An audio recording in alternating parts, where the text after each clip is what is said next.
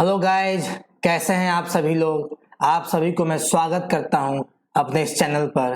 तो आज से मैं नीट का प्रीवियस 20 इयर्स का क्वेश्चंस आपके साथ डिस्कस करेंगे और खास करके ऑर्गेनिक केमिस्ट्री जो केमिस्ट्री का सेक्शंस है उसमें जो क्वेश्चन आया हुआ है प्रीवियस 20 इयर्स का, उस क्वेश्चंस को डिस्कस करेंगे आपके साथ।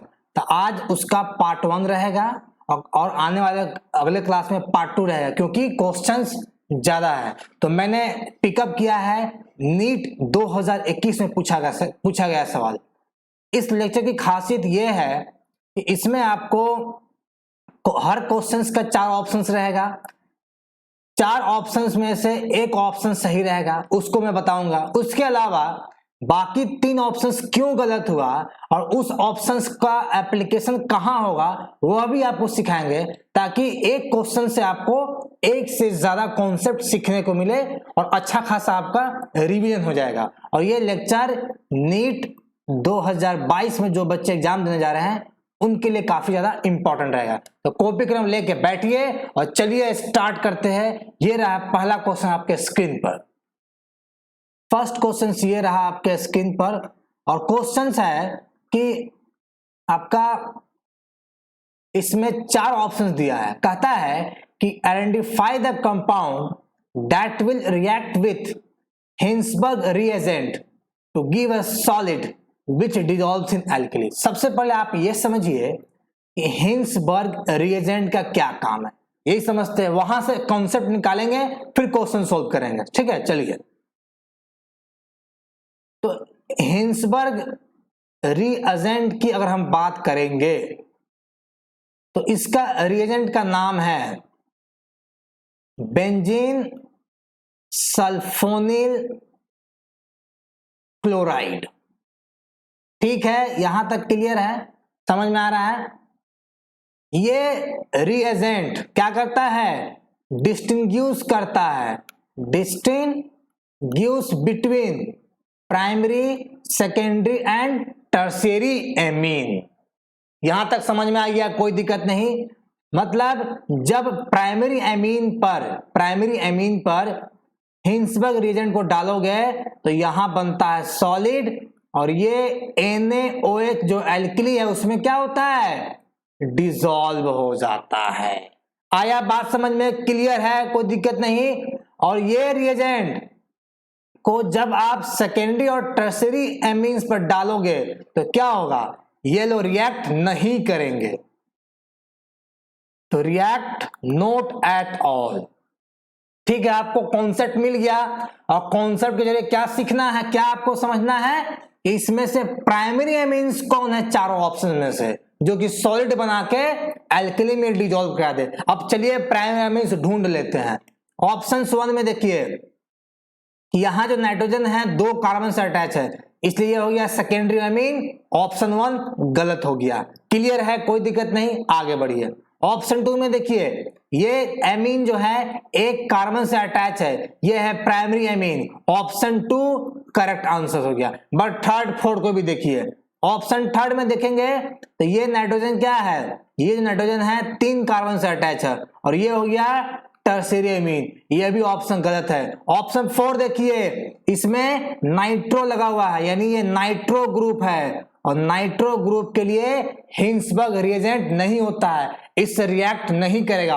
ऑप्शन 4 भी गलत हो गया।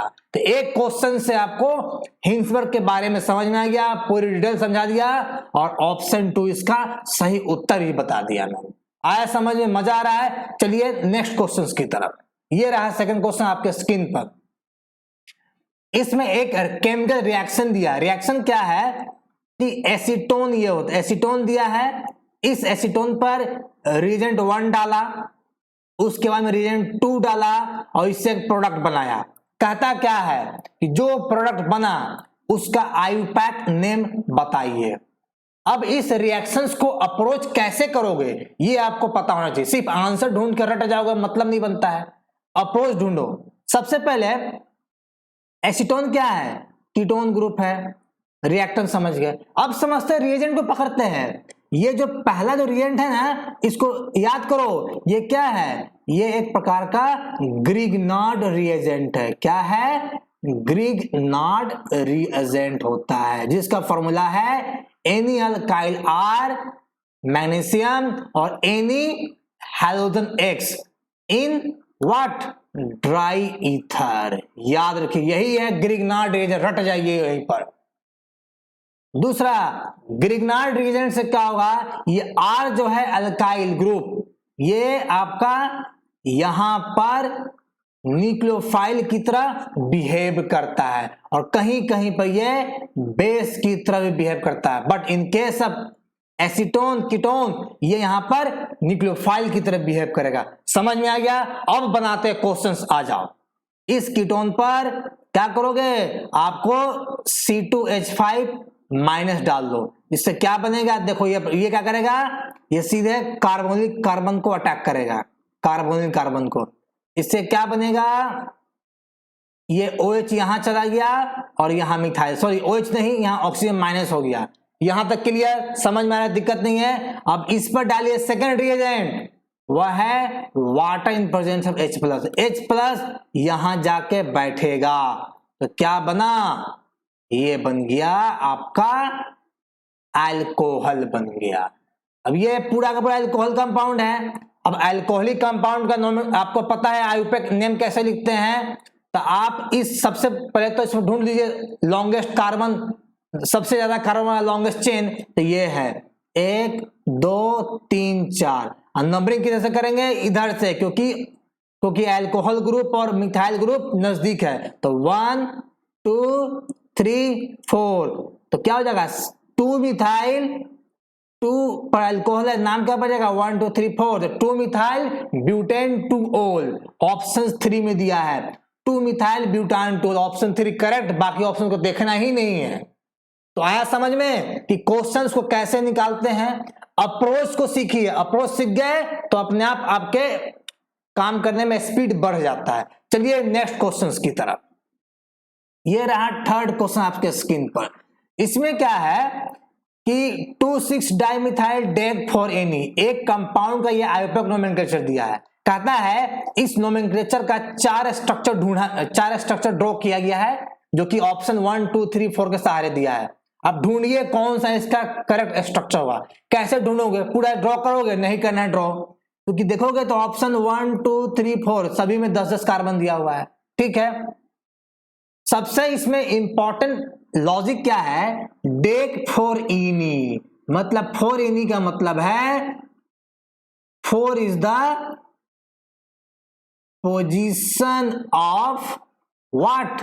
डबल बॉन्ड, यानी कार्बन नंबर 4th पर डबल बॉन्ड का पोजीशन है, यही इसका की पॉइंट है। अब ढूंढो किसमें है कार्बन नंबर 4 पर डबल बॉन्ड। आइए क्वेश्चन 1 में नंबरिंग करते हैं। नंबरिंग यहां से करते हैं 1 2 3, संभव ही नहीं है, ऑप्शन 1 गलत हो गया। ऑप्शन 2 की बात करते हैं, तो आपको याद होना चाहिए कि अल्कीन में, अल्कीन का जब चेन दिया हो और उसमें सब्स्टिट्यूएंट दिया हो तो नंबरिंग उधर से करते हैं जिधर से डबल बॉन्ड नजदीक हो और साथ में उधर से सब्स्टिट्यूएंट की संख्या भी ज्यादा होनी चाहिए। ऑप्शन 2 में देखो, यहां से नंबरिंग करते हैं 1 2 3, थर्ड पोजीशन पे आ रहा है, अभी भी गलत है। ऑप्शन 3 देखो, ये डबल बॉन्ड यहां है, यहां से चलो यहां से नंबरिंग करो, इसका पोजीशन काफी दूर चला जा रहा है, ऑप्शन 3 भी गलत हो गया। ऑटोमेटिकली ऑप्शन 4 इसका सही उत्तर हो गया। कैसे? 1 2 3 4, 4th कार्बन पर क्या है? इसका डबल बॉन्ड का पोजीशन है, यही इसका करेक्ट आंसर है। तो लॉजिक ढूंढना है कि कैसे सवाल को कम से कम समय में निकाल ले, और ये लॉजिक एक बार में नहीं, एक बार में उत्पन्न नहीं होता है, बार बार बनाना पड़ेगा क्वेश्चन को, तब समझ में आएगा। चलिए आगे बढ़ते हैं। ये रहा चौथा सवाल आपके स्क्रीन पर।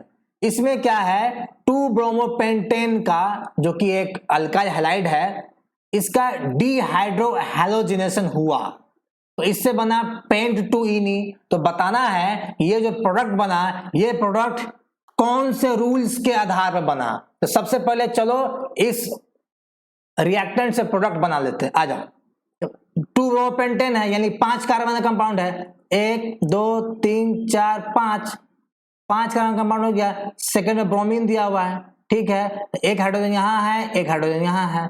अब यहां से क्या बनाया, पेंट टू इनी, टू इनी मतलब यहां पर डबल बॉन्ड का पोजीशन क्या है, कार्बन नंबर 2। आया समझ में, दिक्कत नहीं है।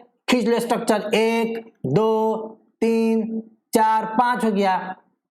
तो 1 2 यानी ये सेकंड पोजीशन है जहां पर क्या है, डबल बॉन्ड है। ठीक है, अब इससे एक प्रोडक्ट और बन सकता है, खुद से बना लो। देखो 1 2 3 4 5, अभी डबल बॉन्ड सेकंड नंबर पे है, डबल बॉन्ड फर्स्ट नंबर पर। कैसे, देखो नंबरिंग करते हैं 1 2 3 4 5। अब देखो, या तो ये हाइड्रोजन जाएगा यहां बनाएगा डबल बॉन्ड तो ये स्ट्रक्चर बनेगा, या ये हाइड्रोजन जाएगा तो बनाएगा ये स्ट्रक्चर। अब ये देखना है दोनों कंपाउंड में से कौन सा कंपाउंड मेजर है, ये मेजर कंपाउंड है। तो याद रखना हमेशा कि सेटजेफ रूल जो होता है, ये सेटजेफ रूल आपका डीहाइड्रो हैलोजिनेशन में ये रूल फॉलो होता है। जब भी किसी अल्काइल हैलाइड में डीहाइड्रो हैलोजिनेशन करोगे तो सबसे ज्यादा मोस्ट सब्स्टिट्यूटेड एल्कीन सबसे ज्यादा बनता है, वही मेजर है। तो ऑप्शन जो दिया है ये क्या है, ये मोर सब्स्टिट्यूटेड एल्कीन है, ये less substituted alkene. Less substituted का मतलब है उस एल्कीन के चारों तरफ सब्स्टिट्यूएंट की कमी है, किसी में ज्यादा होता है। इसीलिए आपका फोर्थ ऑप्शन करेक्ट है। सेटजेफ रूल के अकॉर्डिंग ये मेजर एल्कीन बन चुका है। बाकी 3 ऑप्शन देखते हैं। हुंड्स रूल, ये इलेक्ट्रॉन फिलिंग, जब हम लोग इलेक्ट्रॉन फिल करते हैं इनऑर्गेनिक कंपाउंड में, जब कॉन्फ़िगरेशन लिखते हैं तो वहां इलेक्ट्रॉन फिलिंग में रूल आता है हुंड्स रूल। होफमैन रूल की बात करेंगे तो होफमैन रूल बताता है, ये फेवर करता है किस बात का, तो होफमैन रूल फेवर करता है फेवर लेस सब्स्टिट्यूटेड एल्कीन। ठीक है, तो कोई ऐसा कंपाउंड जहां पर लेस सब्स्टिट्यूटेड एल्कीन बन रहा है उसको फेवर करता है होफमैन रूल। मोर सब्स्टिट्यूटेड एल्कीन को सेटजेफ रूल फॉलो करता है, ये हमेशा याद रखिएगा। और ऑप्शन 3 देखो, हक्कल्स रूल, याद करो हक्कल्स रूल का फॉर्मूला होता है 4n + 2 पाई इलेक्ट्रॉन। ये पाई इलेक्ट्रॉन जो भी रिंग सिस्टम का कंपाउंड जिसमें पाई बॉन्ड होता है वह जो फॉलो करेगा उसको कहते हैं एरोमेटिसिटी, यानी 4n + 2 pi electrons rule follow होता है एरोमेटिक कंपाउंड के लिए। इसलिए ऑप्शन 4 सही है, बाकी ऑप्शन गलत था। कहां अप्लाई होगा मैंने बता दिया। अब आगे बढ़ते हैं, चलिए क्वेश्चन नंबर 5 रहा, इस लेक्चर का आखिरी सवाल है। बाकी क्वेश्चन नेक्स्ट लेक्चर में करेंगे, अदरवाइज लेक्चर लंबा हो जाएगा, फिर आपको देखने में परेशानी होगी। क्वेश्चन कहता है इसमें से दिए गए कंपाउंड में किसमें मेटामेरिज्म शो करेगा। अब चलो सबसे पहले ये समझ लो कि मेटामेरिज्म किसी भी कंपाउंड में होगा उसके लिए क्या कंडीशन है। कंडीशन, पहला कंडीशन कि यहां पर डाइवैलेंट फंक्शनल ग्रुप होना चाहिए। क्या होना चाहिए, डाइवैलेंट फंक्शनल ग्रुप होना चाहिए। ठीक है, आई बात समझ में। एग्जांपल पता है आपको, ईथर। ईथर एक ऐसा कंपाउंड है जिसके ऑक्सीजन में डाइवैलेंट कंपाउंड है। अब देखो यहां भी तो डाइवैलेंट है लेकिन यहां पर पाई बॉन्ड है, और मेटामेरिज्म कभी भी CHO जैसे ग्रुप में नहीं होता है क्योंकि वहां पर पाई बॉन्ड है, याद रखिएगा हमेशा। ठीक है, इसलिए ईथर वाले ग्रुप में क्या होगा, मेटामेरिज्म। दूसरा कंडीशन समझ लो कि इस ईथर जो ग्रुप है ऑक्सीजन, इसके दोनों साइड अल्काइल ग्रुप हो, लेकिन अल्काइल ग्रुप का संख्या अनइक्वल होना चाहिए। मतलब यहां अगर 2 कार्बन है तो यहां 1 कार्बन है, अगर यहां पर भी 2 कार्बन है यहां भी 2 कार्बन है, तो इसमें मेटामेरिज्म नहीं होता है। आया समझ में मेटामेरिज्म कॉन्सेप्ट। अब क्वेश्चन अटैक करते हैं। ऑप्शन 4 में देखो इसमें फंक्शनल ग्रुप नहीं, ऑप्शन 4 ऐसी गलत हो गया। बाकी ऑप्शन 1 2 3 में देखोगे तो देखो पहला ऑप्शन में क्या है, C3H8O। अभी O को भूल जाओ, C3H8 में देखोगे, इस कंपाउंड को देखोगे तो इस कंपाउंड में आपका क्या है, इस कंपाउंड में पाई बॉन्ड ढूंढो, पाई बॉन्ड। यहां पाई बॉन्ड 0 है, एक भी पाई बॉन्ड C3H8O में नहीं है। ऑप्शन नंबर 2 में देखो C3H6, इसमें कम से कम एक पाई बॉन्ड है, तो यहां हो सकता है यहां पर CHO बन रहा हो, इसलिए ऑप्शन 2 गलत। ठीक है, अब ऑप्शन 3 देखो C4H10O, यहां भी पाई बॉन्ड नहीं है, तो ऑप्शन 1 भी सही हो सकता है, ऑप्शन 3 भी सही हो सकता है। अब दोनों का स्ट्रक्चर ड्रॉ करते हैं तब बताएंगे, आ जाओ। ऑप्शन 1 से स्ट्रक्चर ड्रॉ करते हैं, C3H8O, देखो एक कार्बन, 2 कार्बन, बीच में ऑक्सीजन, तीसरा। अब बताओ, अब ये ऑप्शन 1 का हो गया। अब ऑप्शन नंबर हम 3 में चलते हैं, C4H10O, इससे निकालते हैं मेटामेरिज्म। पहला कंपाउंड देखो 1 2, बीच में ऑक्सीजन, फिर 2 यहां आ गया, फिर दूसरा ऐसे हो सकता है, तीसरा आपका ऐसे हो सकता है। अब एक कॉन्सेप्ट दिमाग में बैठा लो कि किसी भी कंपाउंड में अगर आइसोमर होगा तो कम से कम उस कंपाउंड में 2 आइसोमर होना चाहिए, तभी वह कंपाउंड आइसोमेरिज्म शो करेगा, और मेटामेरिज्म भी एक प्रकार का आइसोमर है। ऑप्शन 1 का देखो यहां पर, इससे मात्र एक ही कंपाउंड बनेगा, या तो ये बना लो या आप इसको बना लो, इसमें सिर्फ एक ही कंपाउंड बनेगा, इसलिए ऑप्शन 1 इनकरेक्ट हो गया अपने आप, और बचा क्या ऑप्शन 3। तो option 3 is the correct answer, क्योंकि इसमें देखो 1 2 3 इसमें मेटामेरिज्म बन रहा है।